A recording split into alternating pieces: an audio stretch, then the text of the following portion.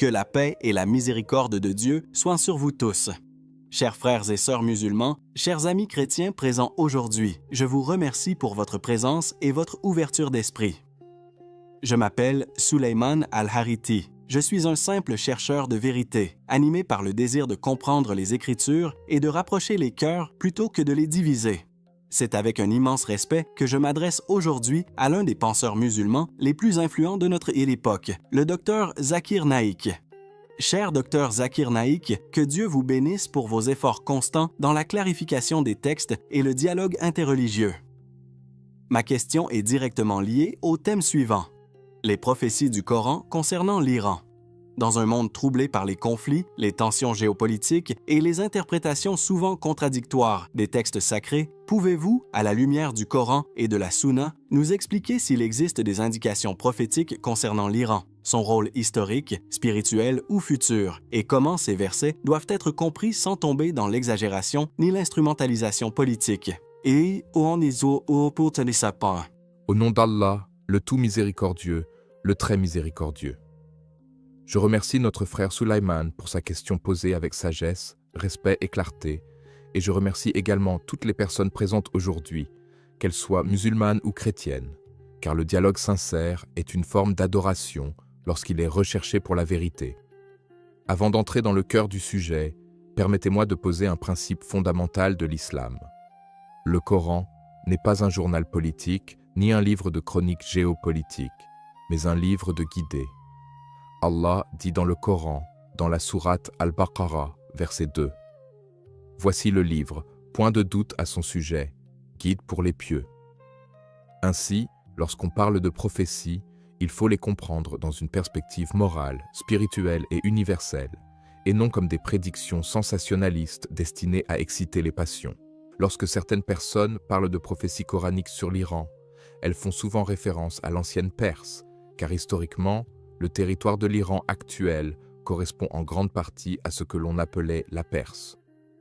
Le Coran fait effectivement référence à des événements impliquant des empires de cette région, mais toujours dans un cadre beaucoup plus large, celui de la confrontation entre la vérité et le faux, entre la foi et l'arrogance humaine. L'exemple le plus connu se trouve dans la sourate Ar-Rum. Allah dit « Alif, Lam, Mim ». Les Byzantins ont été vaincus dans une terre proche, mais après leur défaite, ils seront les vainqueurs dans quelques années. Coran 31-4. Cet événement prophétique concerne le conflit entre l'empire byzantin chrétien et l'empire perse zoroastrien. À l'époque de la Révélation, les Perses avaient remporté une victoire écrasante, et personne n'aurait parié sur un retournement de situation en faveur des Byzantins. Pourtant, le Coran annonce clairement que les Byzantins reprendront le dessus, ce qui s'est réalisé historiquement quelques années plus tard. Pourquoi cet événement est-il important pour notre discussion?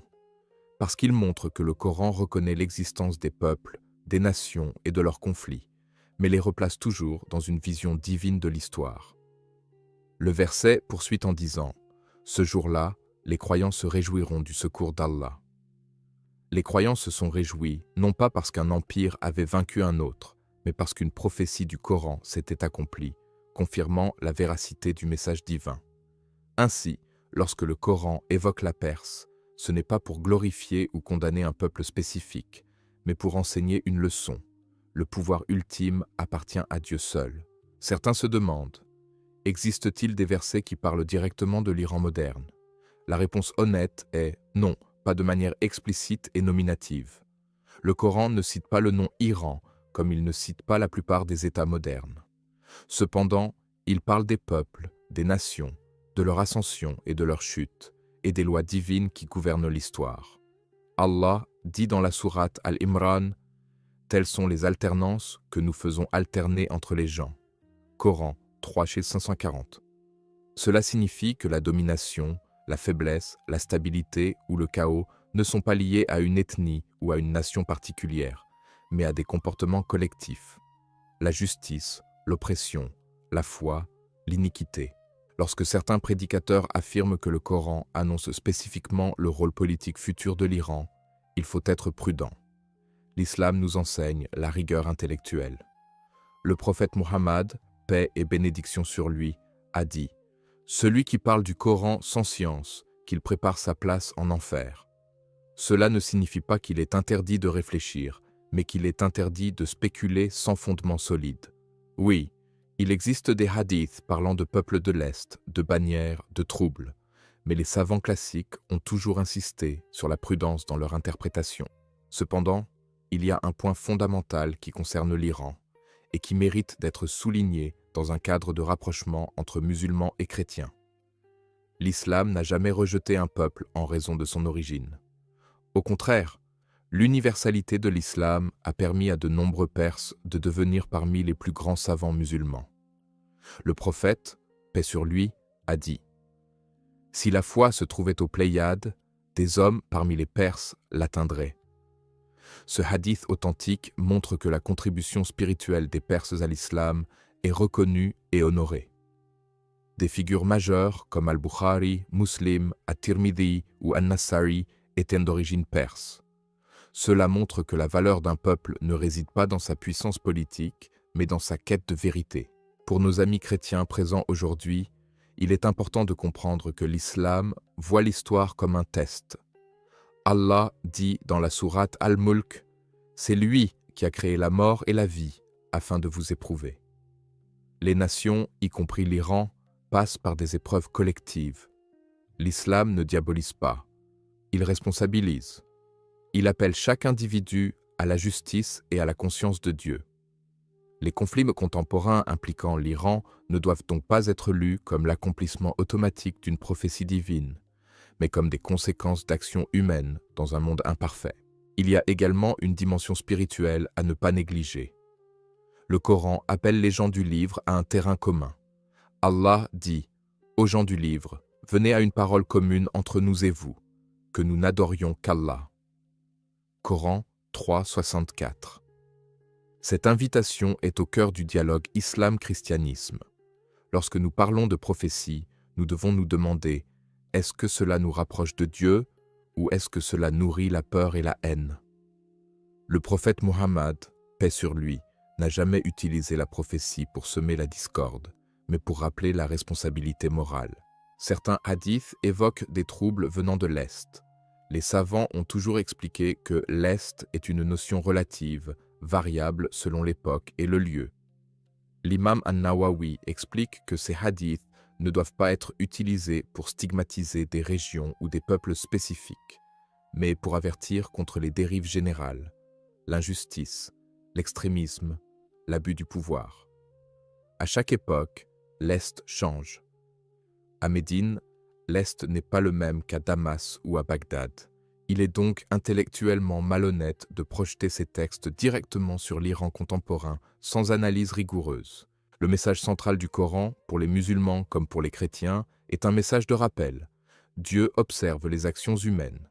Allah dit « Allah ne change pas l'état d'un peuple tant qu'il ne change pas ce qui est en eux-mêmes. » Coran 13:11. Ce verset s'applique à toutes les nations, à l'Iran, à l'Occident, au monde musulman, au monde chrétien. Le changement commence par l'éthique, pas par les slogans. Dans cette perspective, si l'on veut parler de prophétie, la plus grande prophétie du Coran est morale. Toute société fondée sur l'injustice finit par s'effondrer, et toute société qui cherche sincèrement la justice et la miséricorde trouve le secours divin. Le prophète, paix sur lui, a dit « Aidez votre frère, qu'il soit oppresseur ou opprimé. » Lorsqu'on lui demanda comment aider un oppresseur, il répondit « En l'empêchant d'opprimer. » Voilà la vision islamique des relations internationales, la responsabilité morale avant la domination. Je voudrais enfin m'adresser directement aux musulmans et aux chrétiens présents ici. Les prophéties ne doivent pas nous transformer en spectateurs passifs de l'histoire, attendant des signes, mais en acteurs éthiques. Jésus, paix sur lui, que nous respectons profondément en islam, appelait à l'amour du prochain. Muhammad, paix sur lui, appelait à la justice et à la miséricorde. Ces deux messages ne sont pas opposés, ils se complètent. Lorsque nous parlons de l'Iran ou de toute autre nation, parlons d'êtres humains créés par Dieu, capables de bien comme de mal. Avant de conclure cette première partie, je tiens à rappeler que le savoir n'a de valeur que s'il est partagé avec sagesse. Si ce genre de discussion vous éclaire, vous invite à réfléchir et vous rapproche de Dieu et des autres. Alors, je vous invite chaleureusement à soutenir ce travail. Abonnez-vous à la chaîne, likez, partagez ces échanges et laissez vos commentaires afin que ce dialogue continue et s'approfondisse. Et pour conclure cette première partie, je vous invite, si votre cœur le ressent, à écrire ensemble dans les commentaires « Allah Akbar ». Que Dieu nous guide tous vers la vérité, la justice et la paix. Et lorsque nous approfondissons davantage cette question des prophéties et de la manière dont certains cherchent à les rattacher exclusivement à l'Iran contemporain, nous devons absolument revenir à une méthodologie correcte d'interprétation du Coran et des hadiths, car c'est ici que naissent la plupart des confusions. Le Coran ne fonctionne pas comme un code secret réservé à une élite qui détiendrait des clés cachées sur la géopolitique moderne. Allah nous a révélé un livre clair. Il dit explicitement dans la sourate Hud, un livre dont les versets sont parfaitement expliqués, puis détaillés, de la part d'un sage, parfaitement connaisseur. Ainsi, toute lecture qui transforme les versets en messages cryptés, servant à justifier des positions politiques contemporaines, doit être examinée avec la plus grande prudence. Lorsque certains évoquent l'Iran en lien avec les signes de la fin des temps, ils citent pas souvent des hadiths relatifs aux fitanes, aux troubles, aux conflits entre musulmans ou aux divisions internes de la communauté. Or, les savants du hadith ont toujours insisté sur un principe essentiel. Les récits concernant les troubles futurs doivent renforcer la vigilance morale, pas nourrir la paranoïa ni l'hostilité envers des peuples précis. L'imam Ibn Taymiyyah, par exemple, mettait en garde contre l'utilisation abusive des hadiths des fitanes pour condamner des groupes entiers, car cela mène à plus de chaos qu'à la réforme. Le prophète Muhammad, paix et bénédiction sur lui, a décrit des périodes de confusion où la vérité se mélange au mensonge, où les gens sincères doutent et où ceux qui parlent fort ne sont pas forcément ceux qui possèdent la sagesse. Il a dit « Il viendra des années trompeuses, on fera confiance aux traîtres et on trahira l'honnête, on fera mentir le véridique et on croira le menteur. » Ce hadith ne vise pas l'Iran, ni l'Occident, ni l'Orient en tant que territoire, mais décrit un état moral global de l'humanité lorsque les valeurs sont inversées. Il faut aussi rappeler que le Coran présente les nations comme des entités morales temporaires. Allah dit dans la sourate Al-A'raf, à chaque communauté un terme. Quand leur terme arrive, ils ne peuvent ni le retarder d'une heure, ni l'avancer. Cela signifie que toute puissance, qu'elle soit perse hier ou iranienne aujourd'hui, américaine, européenne ou autre, est soumise aux mêmes lois divines. L'islam n'attribue pas un rôle messianique ou maléfique éternel à un pays spécifique. Ce sont les actes qui déterminent la responsabilité morale, pas les frontières. Lorsque certains musulmans s'enthousiasment trop rapidement à l'idée que tel ou tel événement impliquant l'Iran serait un signe irréfutable, ils oublient une chose essentielle. Le prophète lui-même était extrêmement prudent dans l'interprétation des signes. Il n'utilisait jamais les prophéties pour créer des camps antagonistes figés. Il utilisait ces rappels pour appeler à la réforme intérieure, à la crainte de Dieu et à la justice.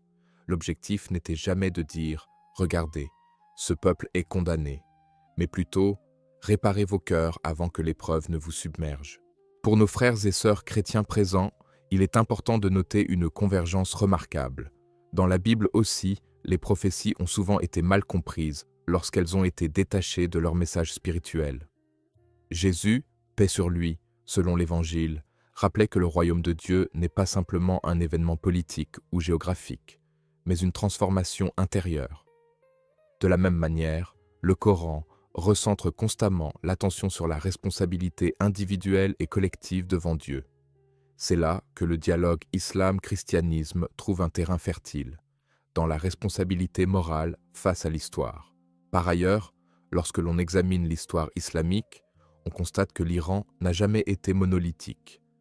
Il y a eu des périodes de grande piété, de science, de sagesse, et d'autres périodes de division, de conflits internes et d'instrumentalisation religieuse. Le Coran nous enseigne à ne pas juger un peuple sur une période donnée. Allah dit « Ne laissez pas la haine pour un peuple vous inciter à être injuste. Soyez juste, cela est plus proche de la piété. » Ce verset est fondamental. Même lorsqu'on critique des actions politiques ou idéologiques, la justice doit rester la boussole. Il existe également une confusion récurrente entre la notion de prophétie et celle de destin imposé. L'islam rejette l'idée que les peuples sont programmés pour le bien ou le mal de manière irrévocable. Si tel était le cas, l'appel des prophètes n'aurait aucun sens. Allah a envoyé des messagers à toutes les nations, et le message est toujours le même. Revenir à Dieu, pratiquer la justice, éviter l'oppression. L'Iran, comme toute autre nation, reste dans cette dynamique d'épreuve et de choix.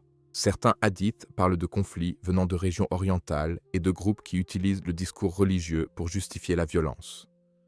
Mais encore une fois, les savants expliquent que ces descriptions sont génériques et cycliques.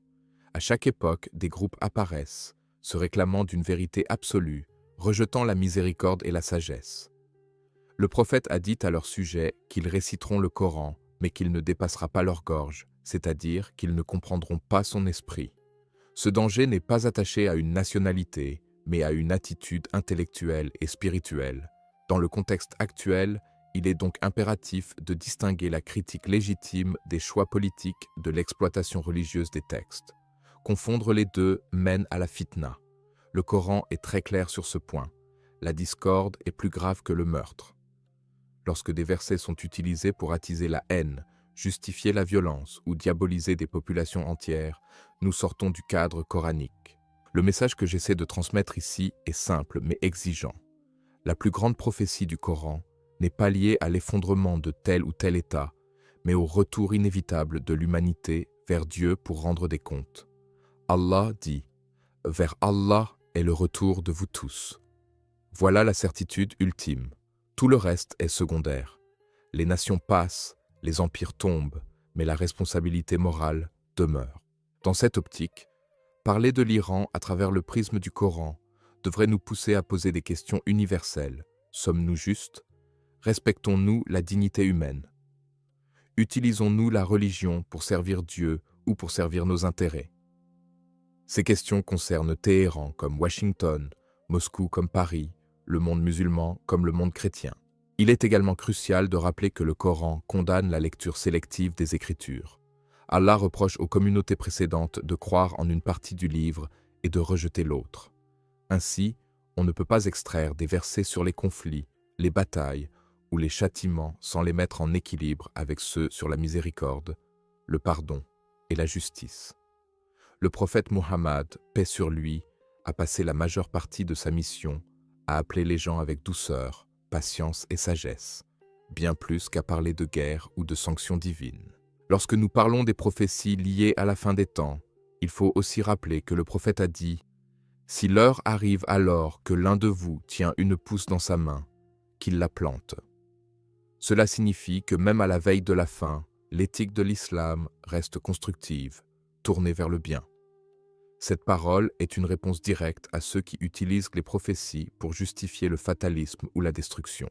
Ainsi, lorsque le Coran est invoqué dans le débat sur l'Iran, il devrait être un appel à la sagesse, pas une arme rhétorique. L'objectif n'est pas de désigner des ennemis permanents, mais de rappeler des principes intemporels. Allah ne nous demande pas d'être des analystes obsédés par les signes, mais des serviteurs responsables. En élargissant encore la réflexion, nous voyons que le dialogue islam-christianisme est précisément le remède aux lectures radicales et simplistes. Lorsque musulmans et chrétiens se parlent, étudient leurs textes respectifs avec respect, ils réalisent que la peur de l'autre naît souvent de l'ignorance. Le Coran reconnaît les chrétiens comme gens du livre et appelle au dialogue basé sur ce qui est commun. Cela inclut la foi en un Dieu unique, la responsabilité morale et l'attente du jugement. Enfin, je tiens à souligner que toute discussion sur les prophéties doit produire de l'humilité.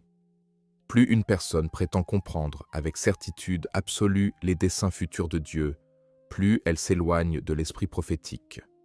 Les compagnons eux-mêmes, pourtant témoins de la révélation, faisaient maintes preuve d'une extrême réserve lorsqu'ils parlaient de l'avenir.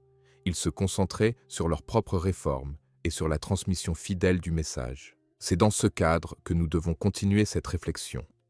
Non pas en cherchant à coller des étiquettes prophétiques sur des réalités politiques mouvantes, mais en utilisant le Coran comme un miroir pour nos consciences. Tant que cette approche est respectée, le dialogue reste une source de lumière et non de division. Je te remercie sincèrement, cher professeur Dr Zakir Naik, pour la clarté, la profondeur et surtout la patience avec lesquelles tu as répondu à ma question. J'ai été honoré d'être écouté avec autant d'attention et de respect, et je crois que beaucoup de personnes ici, musulmanes comme chrétiennes, ont ressenti la même chose. Tes explications, fondées sur le Coran et les enseignements authentiques de l'islam, nous rappellent que la religion n'est pas là pour diviser ou attiser les peurs, mais pour éclairer les consciences et appeler à la responsabilité morale. J'ai particulièrement apprécié la manière dont tu as insisté sur la prudence dans l'interprétation des prophéties et sur la nécessité de replacer chaque verset dans son contexte spirituel et éthique. Cela nous aide à éviter les jugements hâtifs et à cultiver une foi plus mature. Qu'Allah te bénisse abondamment, cher professeur Dr Zakir Naik, pour ton engagement sincère au service de la vérité, du dialogue et de la paix entre les croyants. Qu'Allah te récompense, mon frère, pour ta question posée avec sincérité et pour ton attitude respectueuse. Et je te remercie de m'avoir écouté avec attention jusqu'au bout. J'invite maintenant toutes celles et ceux qui nous suivent à soutenir ce travail de dialogue et de réflexion. Abonnez-vous à la chaîne Paix du Messager, aimez cette vidéo, partagez-la autour de vous afin que ce message puisse toucher un plus grand nombre et participez activement dans les commentaires en posant vos questions en lien avec le sujet et le script présenté. C'est par l'échange, le respect et la recherche sincère de la vérité que nous avançons ensemble vers une meilleure compréhension. Qu'Allah nous guide tous vers ce qui est juste et bénéfique.